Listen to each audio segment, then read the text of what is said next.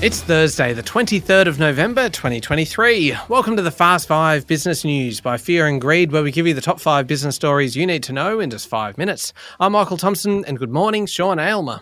Good morning, Michael. Sean, 5 stories in 5 minutes, and they're 5 big stories today. I mean, they're always big, but today are particularly exciting. Story number 1, because it's official, Australian house prices have fully recovered from their post-COVID tumble. They are now back at record levels. However, Sean, the good news might be short-lived. CoreLogic's National Daily Home Value Index shows that after reaching a peak in April 2022, national home values fell 7.5%, hitting a bottom on 29 January this year. Since then, the National Home Value Index has risen 8.1%. That's as of yesterday, and is sitting on a new high. CoreLogic's Tim Lawless said it took around 9 months for the national HVI to move from record highs to the recent trough, then about 10 months for it to recover. While it might seem counterintuitive given rising interest rates, cost of living pressures, and a deeply pessimistic consumer, the rising prices reflect an imbalance between supply and demand. Now, supply still remains low, about 17% below the 5-year average. Demand is in line with that average, hence we're seeing these house price rises. Yeah, they're the broad numbers across the nation. What about specific locations? Perth, Adelaide, Brisbane and the regional areas of the capital's respective states are all at record levels. Hobart is at the other end of the spectrum, with prices still down nearly 12%, while in regional Victoria they're off 7%. Sydney still has 1.8% to get to a new record. Regional New South Wales has 5.5%. Melbourne's got 3.6%. ACT hasn't been such a good market. It's got 6.4% to go before it hits a new high. The pace of growth is definitely easing, according to CoreLogic, and that's good news for home buyers. But another research firm, SQM, earlier this week forecast a 4% drop in prices across the nation next year. They're not alone. There's a few economists out there at the moment who think house prices might have peaked. Sean, story number 2, the federal government will ban businesses from paying ransoms to hackers under a new cybersecurity strategy. The strategy includes an extra $600 million for fighting cyber criminals, rules to force businesses to report when they've been hacked, and the creation of a special board akin to transport accident investigators to learn lessons from major attacks. Home Affairs Minister Claire O'Neil said the government would ultimately ban ransom payments. The new strategy calls for the creation of 6 cyber shields: strong businesses and citizens, safe technology, world-class threat sharing and blocking, protected critical infrastructure, sovereign capabilities, and a resilient region and global leadership. Now, Labor will boost spending on cybersecurity by almost $600 million between now and 2030. That's on top of the $2.3 billion already committed from the Morrison government. Of Labor's funding increase, about half will cover small and medium-sized businesses, building public awareness, fighting cybercrime, breaking the ransomware business model, good luck with that one, and strengthening identity security.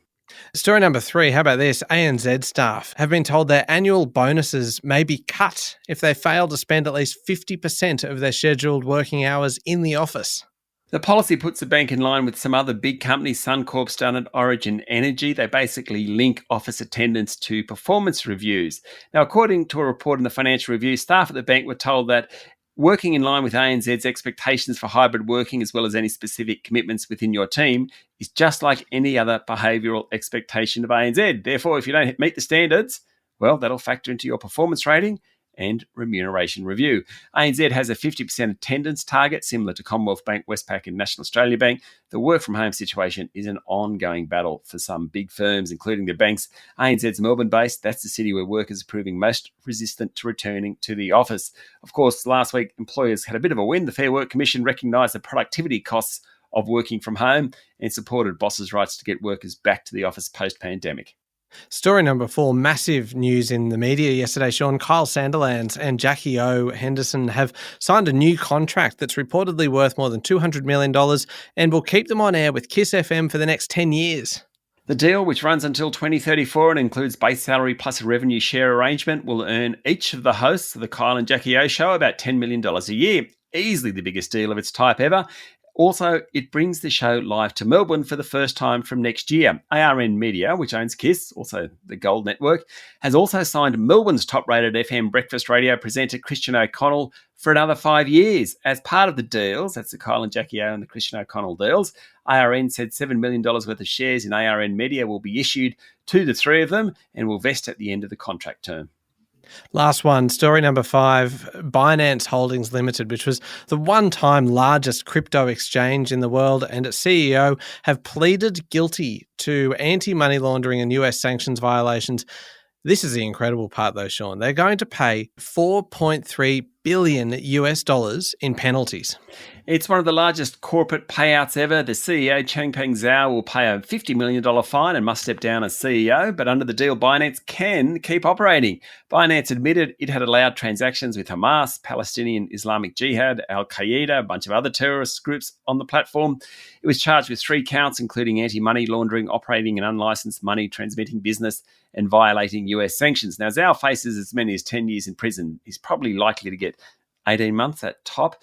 He appears to have been saved from a harsher penalty because of a plea deal done. Still, $4.3 billion in fines. Woo, a lot of money. That is massive. There we go, the top 5 business stories in 5 minutes. Thank you, Sean. Thank you, Michael. It is Thursday, the 23rd of November, 2023. Remember to hit follow on the podcast. If 5 minutes isn't long enough, you can find our longer daily show called Fear and Greed Business News wherever you listen to podcasts. I'm Michael Thompson, and that was the Fast 5 Business News by Fear and Greed. Have a great day.